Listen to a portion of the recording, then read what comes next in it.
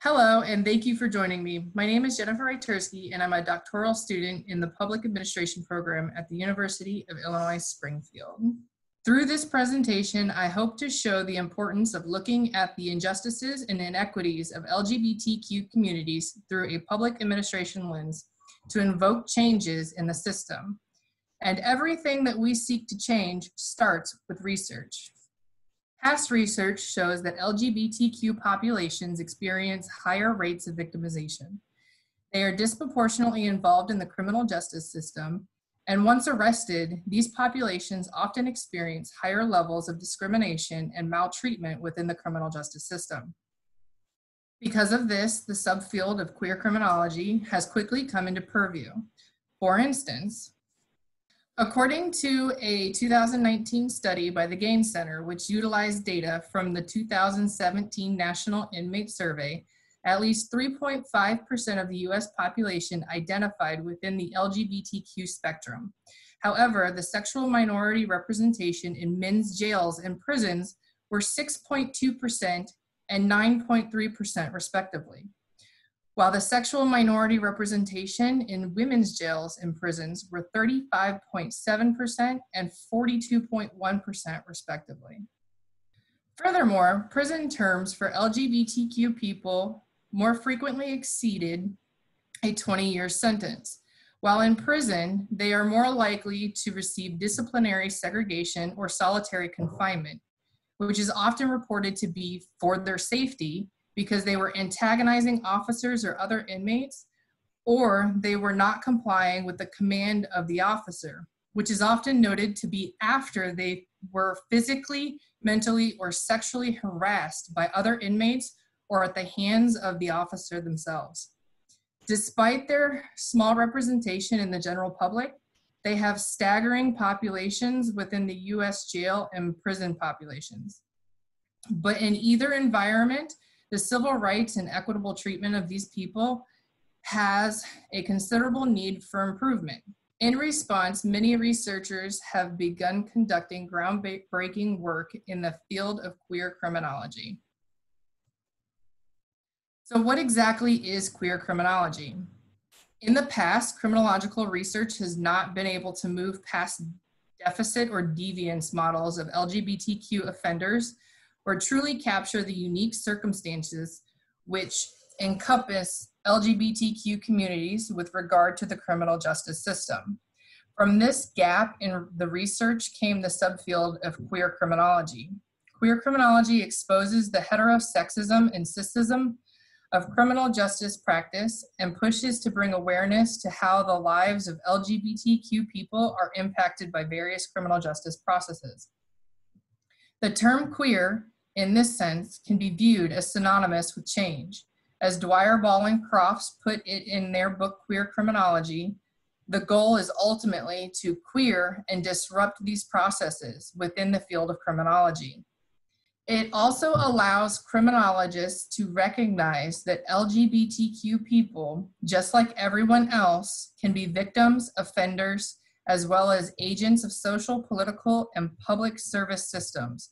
However, there are unique challenges that this population face that must be addressed in the interest of greater social justice for LGBTQ people. The current research in queer criminology looks into such topics as the increased victimization and discrimination LGBTQ people experience, restructuring the way people synonymize persons from LGBTQ communities with terminologies such as disgust and pedophiles, and the intentional or unintentional barriers that transgender or other LGBTQ identifying people face. While queer criminology has limited literature that looks at these issues through a public administration lens, to date, no research in the field has looked at these issues through the Bolman and Deal framework. This perspective is an essential consideration due to public administrators' influences within the criminal justice system, most notably their influence on the creation and enforcement of criminal policies, and the power that personal and organizational perspectives have on LGBTQ involvement in the justice system. Looking at these topics of LGBTQ inequality and injustice through a public administration lens allows us to discover potential flaws within the system that can possibly be corrected through changes in leadership methodologies. Therefore, utilizing a cross-disciplinary approach between public administration and queer criminology, I considered how Bolman and Deal's four-frame model informs some of the major themes of queer criminology presented by Dwyer, Ball, and Crofts' edited volume, Queering Criminology. Frames are important in public administration because they help show how they cognitively filter environments to make sense of their experiences and ultimately influence their decisions. More specifically, administrators gather information, make judgments, and produce actions based on their personal experiences and organizational influences, which determines how they interact with the LGBTQ populations. This research is important because systems can be designed to foster inequity. They are reluctant and slow to change, especially when there is no research to show that their process has room for improvement. And with the increasing fluidity of gender identification, this type of research can show that organizational cultures need to be reshaped.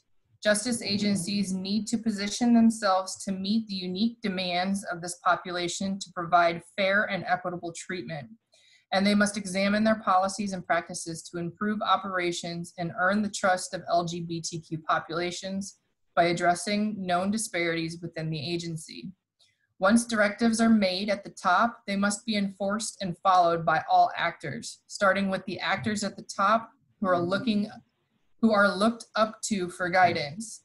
This is particularly important because employees will not buy into new directives without leadership guidance and engagement with employees.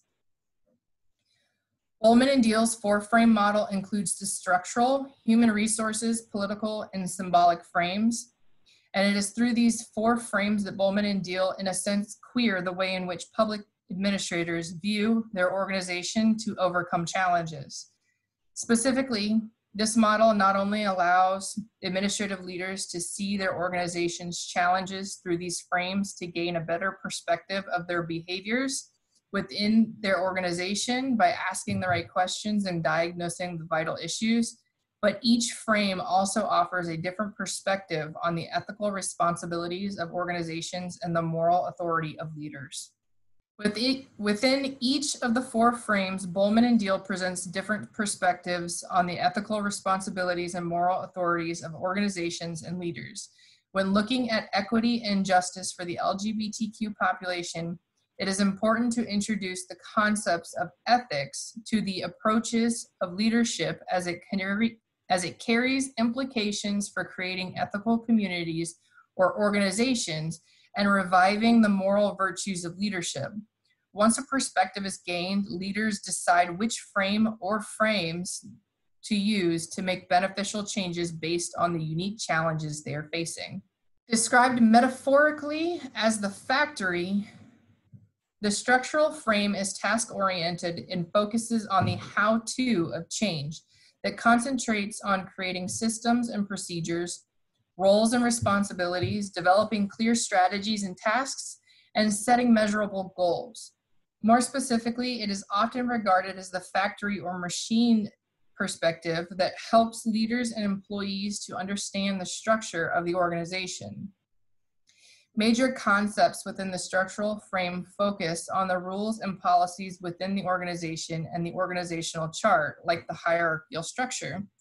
In particular, it is a frame which considers the rational array of roles and responsibilities for each division in relation to the purpose and strategies of the organization.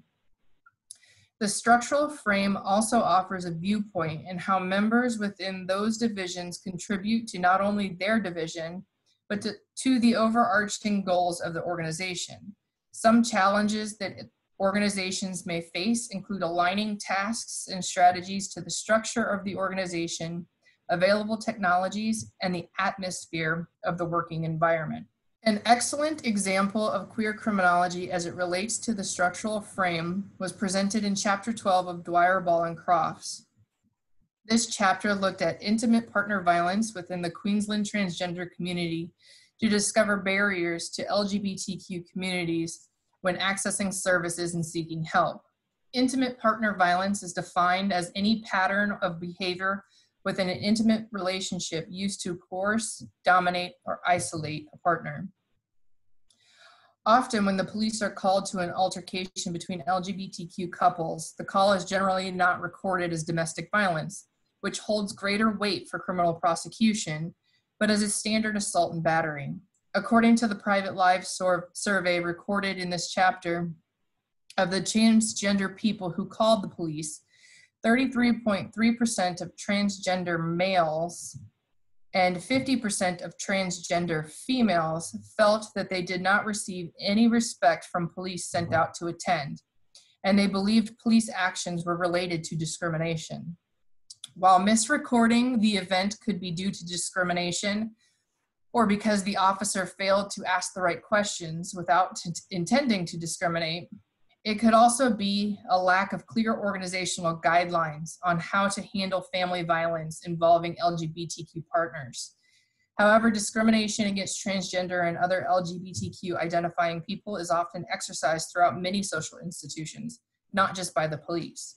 Some key barriers identified included transphobia, concerns about disclosure of one's transgender status, a misplaced focus on their gender by service providers, and the limits of gendered services.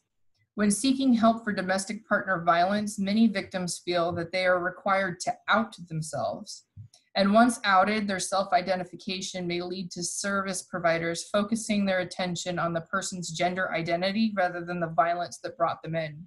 As Papazian and Ball explain, while it is unlikely that all such services are intrinsically transphobic, the traditional definition of intimate partner violence, coupled with the heterosexist and cissexist assumptions about such violence, nevertheless produces a situation where many services are simply unavailable to transgender people and could potentially, though unintentionally, discriminate against victims who do not identify as cisgender. One of the biggest challenges identified in this chapter was through a gap analysis of domestic violence services for LGBTQ communities. The analysis found that out of the 65 services surveyed, only 5 rated themselves as fully competent to work with transgender clients. Overall, many domestic violence services are gendered in nature and sex segregated. Therefore, services directed at men might ignore the fact that while someone might identify as male, they were socialized as female growing up and spent most of their life as a woman, thus rendering those services inappropriate and ineffective. Within the field of public administration, we could look at these challenges and find some appropriate solutions through the structural frame. As Bolman and Deal suggest, excellence requires more than pious sermons from top management. It demands commitment and autonomy at all levels of an enterprise. So how would leaders in this situation foster dedication within police to provide equitable protection and services to transgender and other LGBTQ identifying people?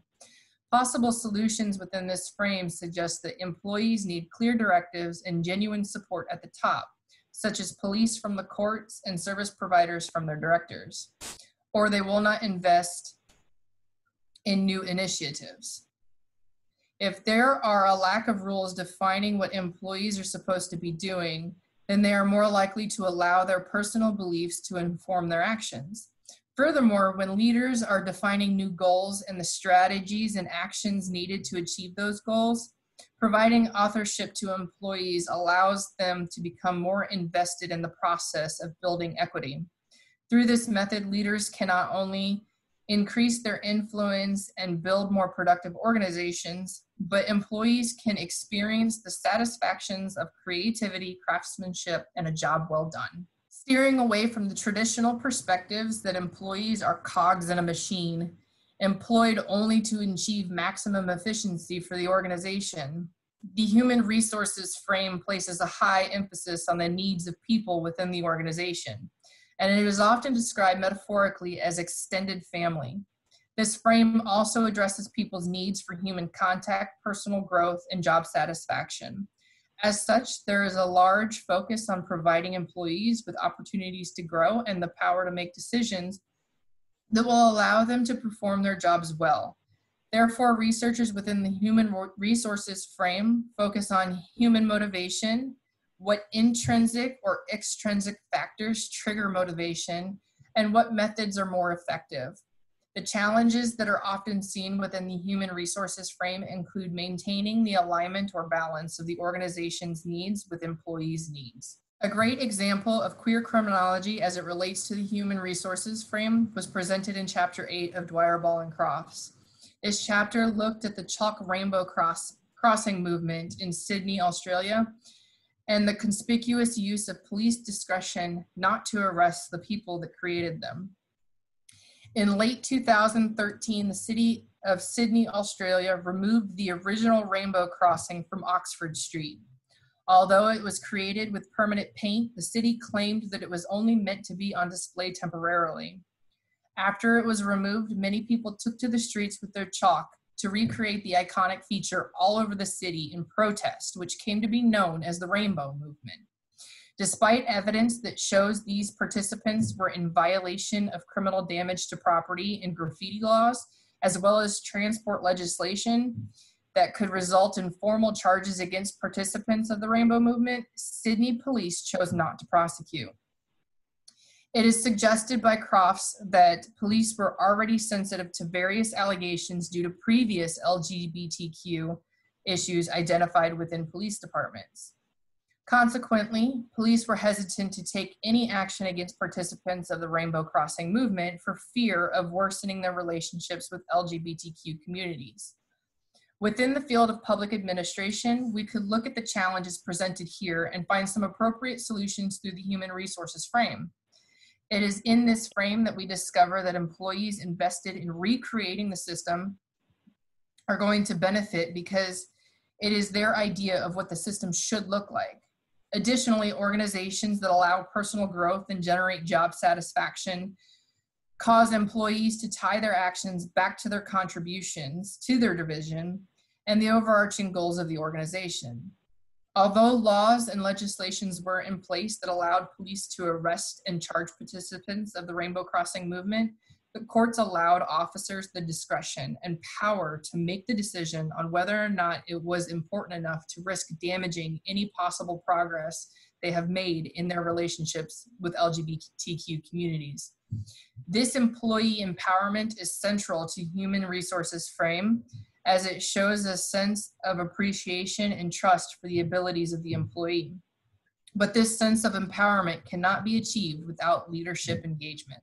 The political frame is described metaphorically as the jungle and addresses the organizational challenges of people or interest groups within the organization that have conflicting and often hidden agendas. More specifically, there are often a few people that will not agree on how to attain specific goals. Thus, politics and personal interests ignite and take priority over others. These varied views often generate conflicts that can either benefit or hinder the success of the organization. For instance, people within the organization typically form coalitions and compete against other groups for limited time and resources. Oftentimes, this includes working behind others' backs in order to ensure that their projects, efforts, or hidden agendas succeed. The success of the person or group in attaining their goals depends on the power or influence they hold within the organization. Subsequently, it is vital to give power and leadership to the right leaders. Leaders who maintain that the success of the organization is achieved ethically is a top priority. And it is in the political frame that leaders focus on power, conflict, competition, and organizational politics to develop coalition building, conflict resolution work, and power-based building that will ultimately support the leader's initiatives. While having power and building coalitions is often viewed in a negative light, it should not always be viewed and interpreted this way. An example of queer criminology as it relates to the political frame was presented in Chapter 10 of Dwyer, Ball, and Crofts. This chapter discussed how LGBTQ people generate the feeling of safety while out in public. Among LGBTQ communities, there has been a considerable increase in anxiety over the past decade regarding the issue of safety, especially in the context of visiting pubs and clubs. Although there has been an increase in queer venues since the legalization of homosexual relationships, many spaces are simultaneously safe for their LGBTQ clientele while they are within the building, but they then become unsafe upon their exit. It is in response to the perceived or actual threat of homophobic or heterosexist and cissexist violence that LGBTQ people face on a day-to-day basis that shapes the way in which these groups personally regulate their safety routines and practices through a range of strategies that often minimizes and self-police any visible signs of their sexuality. Unfortunately, safety for LGBTQ communities have been left predominantly up to the person. This raises the question of state responsibility and the police requirements to serve and protect. In many areas, however, the state remains a significant source of harm, not only when they do not protect LGBTQ communities through unwillingness to support them, but also in many of their efforts to protect them. Ultimately, as Bolman suggests, what it means to create a safe space will vary depending on the local context and culture, as well as across international contexts. Tying this to the field of public administration, we can look at the challenges and again find appropriate solutions, though this time through the political frame. As previously mentioned, the political frame is characteristically competitive, with few people or groups that will not agree on how to attain certain goals. Thus, politics and personal interests ignite and often take priority over others to accomplish their agendas. Although the political frame is generally viewed in a negative light, it does not always need to be. The political frame can be used to remove self-interested agendas from the table. In this case, agencies that do not wish to provide services to protect LGBTQ communities due to personal attitudes that invoke discrimination. We can then give the power to people with agendas that will promote equitable treatment of LGBTQ people and ensure their safety no matter where they go for school, work, or play. As Bolman and Deal suggest, giving power liberates energy for more productive use. If people have a sense of efficacy and ability to influence their world, they are more likely to direct their energy and intelligence toward making a contribution rather than making trouble. The gift of power enrolls people in working toward a common cause. Finally, people's needs for a sense of purpose and meaning in their work is addressed within the symbolic frame. Metaphorically represented as the temple, the symbolic frame focuses on inspiring employees by making their organization's direction feel significant and distinctive. Most challenges within this frame center on employees creating meanings within their organization, often asking themselves, how do I fit into the bigger picture of the goals of this organization? Or what is my purpose? Major concepts concerning the symbolic frame center on culture, meaning, metaphors, rituals, ceremonies, stories, and heroes, as well as inspirations. The culture within an organization is extremely important as it influences the beliefs, values, attitudes, behaviors, and practices of the employees within the organization. Most people take on the predominant characteristics of the larger group of people. Many internal factors, such as leadership and diversity, and external factors, such as recessions and regulations, influence and develop the culture of an organization. Stories about past accomplishments and challenges become embedded in the culture, and heroes take form from these stories. Establishing or increasing diversity across such areas as employee specializations, genders, and race will not only build but sustain the culture by introducing new perspectives, increasing productivity, as well as the overall effectiveness of the organization. Therefore, a leader's focus includes creating a motivating vision and recognizing exceptional employee performance through company rituals and celebrations. The final example of queer criminology that I will draw on was presented in Chapter 3 of Dwyer Ballencroft's and relates to the symbolic frame. This chapter looked at the possibility and impossibility of erasing the historical effects of LGBTQ policing and leaving negative perceptions of maltreatment during past events in the past. The 1978 Mardi Gras at King's Crossing in Sydney, Australia became quite widely known in the LGBTQ and policing literatures due to the abuse on LGBTQ participants by the local police. Despite attempts to restore relationships between the police and LGBTQ communities, police actions at a more recent 2013 Mardi Gras event became widely reminiscent of those past encounters. Consequently, this brings into question whether LGBTQ people can let go of these historical moments and begin to perceive these encounters as stereotypes or prejudices against the police. Dwyer and Thompson ask, does the persistence of the past and its memory always work against progressive LGBTQ policing? The answer in this context is yes. LGBTQ people still hold on to the old understandings of police interactions, and the events of the past now shape what people think about and their relationship with the police in the present. Although less common since the decriminalization of adult homosexual sex, it is the negative concepts, ideas, and perceptions against LGBTQ communities that come to inform police practice. And police are still found to discriminate against and abuse LGBTQ people.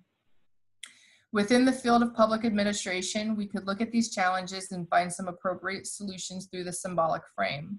As previously mentioned, LGBTQ people still hold on to the old understandings of police interactions, and the events of the past now shape what people think about and their relationship with the police in the present. However, the strain in the relationship between LGBTQ people and the police is not simply because LGBTQ people can't let go.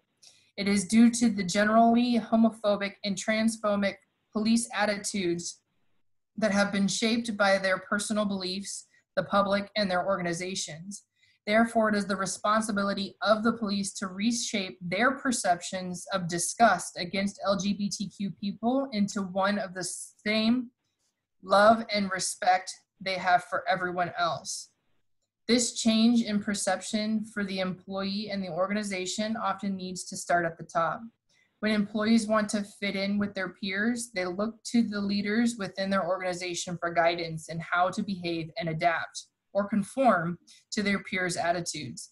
This conformity can either take form privately, where they internalize the beliefs and attitudes, or publicly, where they simply present to the public a certain way, but internally believe otherwise.